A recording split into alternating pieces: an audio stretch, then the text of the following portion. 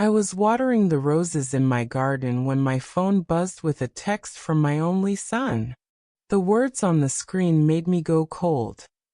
"Mom, I'm taking control of your finances. You're too old to manage it. Don't fight me on this. It's for your own good. Also, I'm selling the Victorian house. We need the money. Consider it handled." My name is Margaret, and I'm 72 years old. I stood there in the warm afternoon sun, my hands covered in dirt, reading words from a man I'd raised with every ounce of love I possessed. For a moment I couldn't breathe, but then something shifted inside me. A memory so vivid it felt like my husband Marcus was standing right beside me. Marcus had passed away 18 months ago. A sudden stroke while he was reading in his favorite armchair. A book about quantum physics still open on his lap. We'd been married for 48 years, and in those 4 decades and a half he'd built a life I never fully understood he was building. The Victorian house he was referring to wasn't just any house. It was the home where my son David had grown up, where I'd taught him to ride a bicycle in the driveway, where Marcus and I had danced in the kitchen on rainy afternoons, where we'd celebrated every birthday, every anniversary, every quiet moment of a life well lived together. And David was selling it to fund some investment opportunity I'd heard him mention in passing, something in cryptocurrency and real estate development. He'd been increasingly vague about the details, but increasingly demanding about access to our finances. I set down my garden shears and went inside. 3,000 character break. The attic smelled like memory and dust, old boxes, forgotten furniture, the accumulated evidence of a life lived fully. Marcus had always said the attic was his thinking space, where he went to organize not just our possessions, but his thoughts. I'd never paid much attention. I'd been busy with our consulting firm, busy with book clubs and garden societies and the endless work of maintaining a household. But today, I was looking for something specific. A week before Marcus died, he'd made me promise something unusual. "Margaret," he'd said, taking my hands in his weathered ones, "if anything happens to me, and at my age, we both know life is unpredictable, I need you to go to the attic. Behind the old steamer trunk, there's a loose board. Inside, you'll find something important. Don't open it unless you really need to. But when you do need to, you'll know." I'd laughed at the time, teasing him about turning our home into a mystery novel. "What is it, buried treasure?" He'd smiled, that mysterious Marcus smile that had captivated me since the day we met in a university library, when we were both 23 years old. "Something like that," he'd said. I'd nearly forgotten the entire conversation in the shock and grief that followed his death. But standing in my garden that afternoon, reading my son's controlling, dismissive text, the memory came back with crystal clarity. I moved the steamer trunk. It took effort, my arthritis protesting, and ran my fingers along the wooden boards behind it. There. A slight gap. I worked my fingers into the space and pulled. The board came free with a soft creak, revealing a metal box underneath, painted forest green, about the size of a shoe box. My heart hammered as I lifted it down and carried it to the bedroom. Sitting on the edge of the bed Marcus and I had shared for nearly 5 decades. The box was locked, but the key was taped to the bottom. Inside was a leather journal, a stack of legal documents, and several USB drives labeled with years going back to 1995. I opened the journal to the first page. Marcus's handwriting, precise, methodical, filled the pages. "My dearest Margaret," it began. "If you're reading this, I'm gone. And I suspect you're gone because something has happened with David. I love our son, but I've watched him become increasingly focused on money, status, and control. I've tried to guide him away from these paths, but a man can only be so influential in his own son's life. So I've made arrangements. 3,000 character break. I read late into the night. The document spread across the bed like a map to a treasure I never knew existed. Marcus, the quiet man who worked as a civil engineer, had been far more than I'd realized. In the years before his retirement, he'd invested their combined salaries and later, his pension and inheritances from his parents, into properties, businesses, and carefully managed portfolios. He wasn't wealthy in the showy sense. There were no yachts or luxury cars. But the papers told a different story.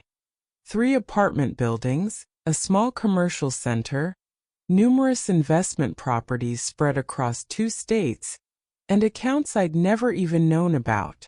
According to the documents, the value of his estate was somewhere in the neighborhood of $4 million. $4 million. And Marcus had left it all to me, with detailed instructions about what I was to do if David tried to exploit me. The next morning I sat in the office of Patricia Summers, an estate attorney Marcus had apparently worked with for years. She looked at me with something like recognition.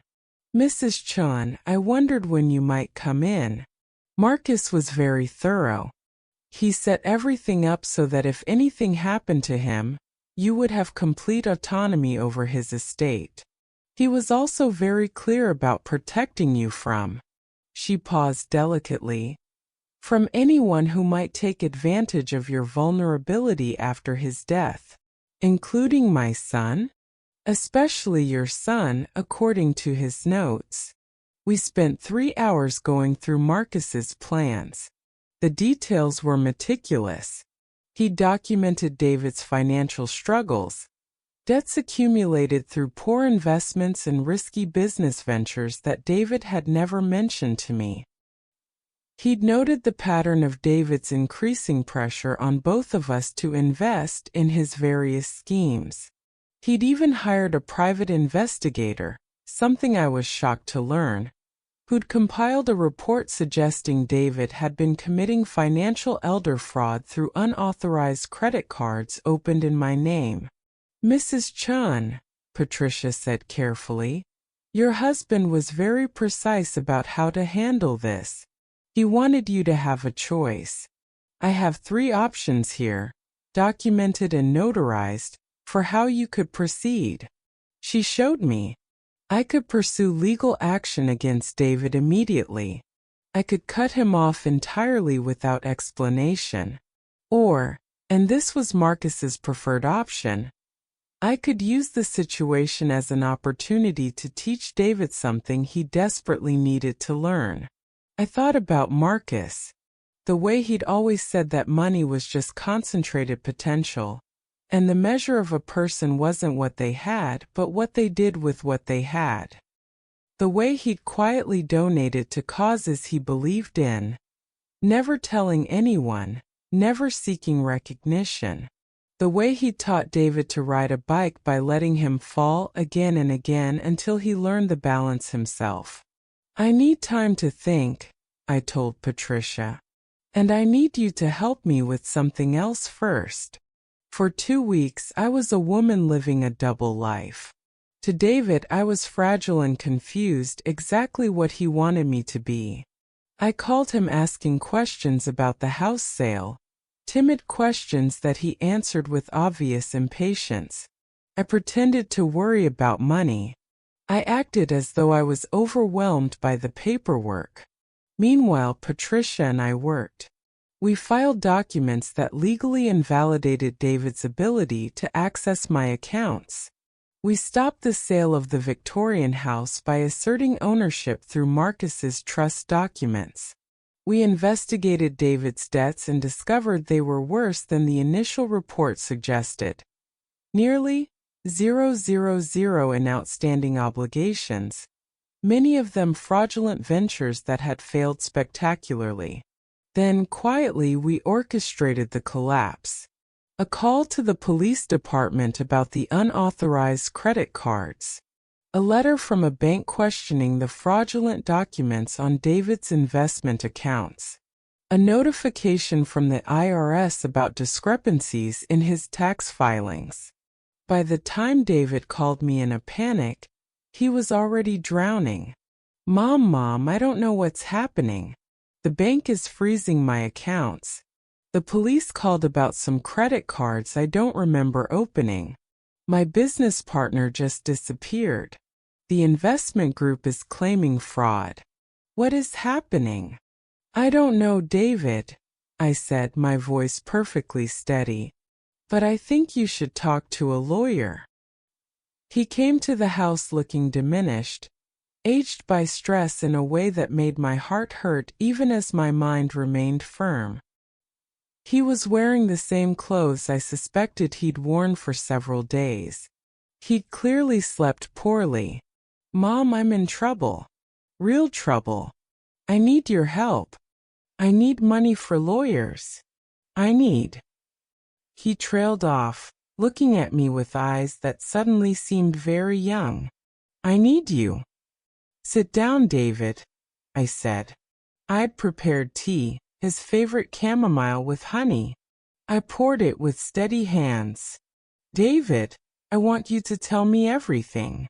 Every investment, every deal, every shortcut you took. I want the truth. He broke. Stories poured out. Failed ventures, money borrowed from investors and not returned.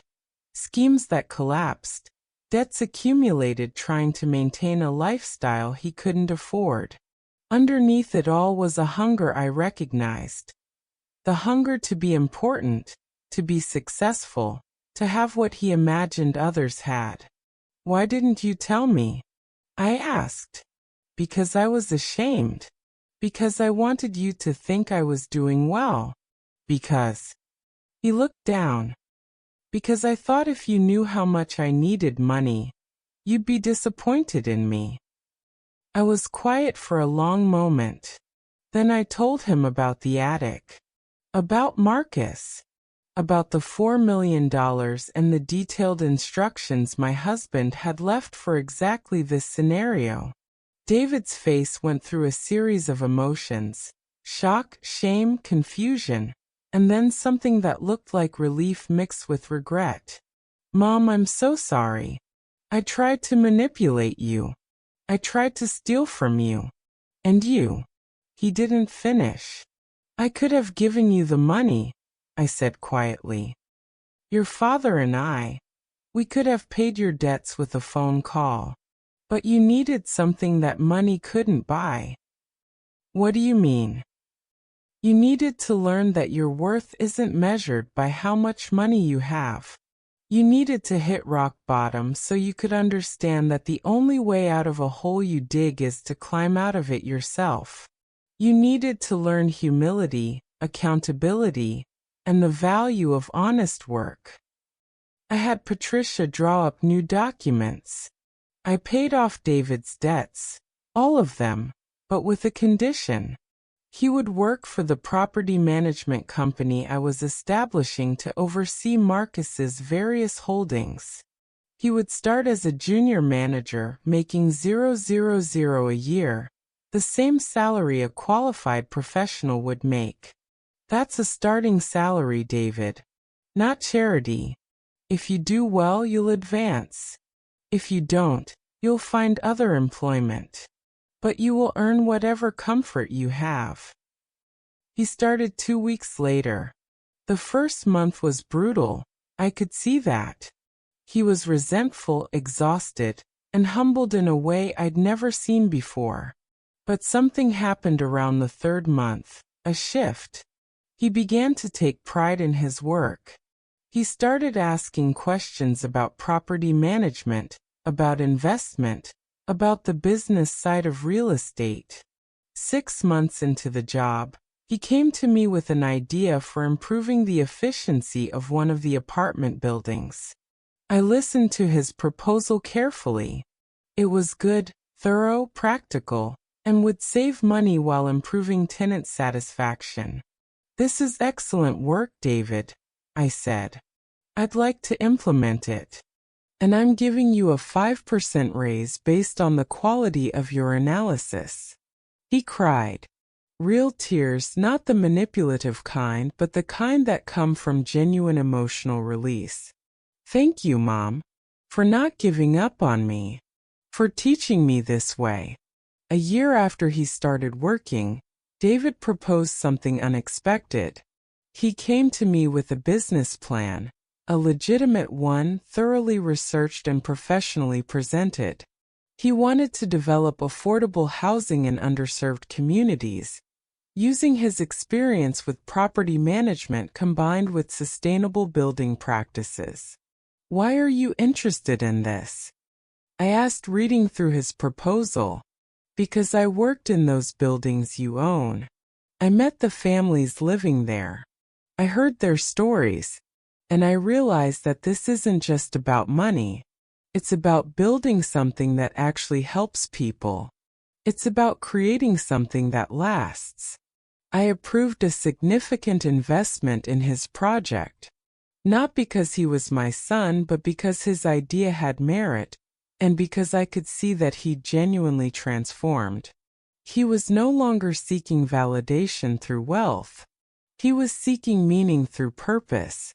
2 years after that first text message demanding control of my finances, David called me. "Mom, I want you to know something. I got offered a job at a major real estate company. The salary would be triple what you're paying me. But I'm not going to take it. I want to keep building this project with you. I want to keep learning. This matters more to me than money ever did." I told him something Marcus used to say: "When you measure your life in dollars, you're using the wrong currency." 3 years after that afternoon in the garden when I first read his controlling text, David and I sat on the porch of the Victorian house he'd tried to sell. The house had been renovated, not with expensive updates, but with careful, deliberate work that honored its history while making it functional for modern life. "Mom, I've been thinking about what we should do with the extra properties," he said. "The ones we're not using for the affordable housing project. I think we should consider turning some of them into transitional housing for people leaving difficult situations, abuse, homelessness, families starting over."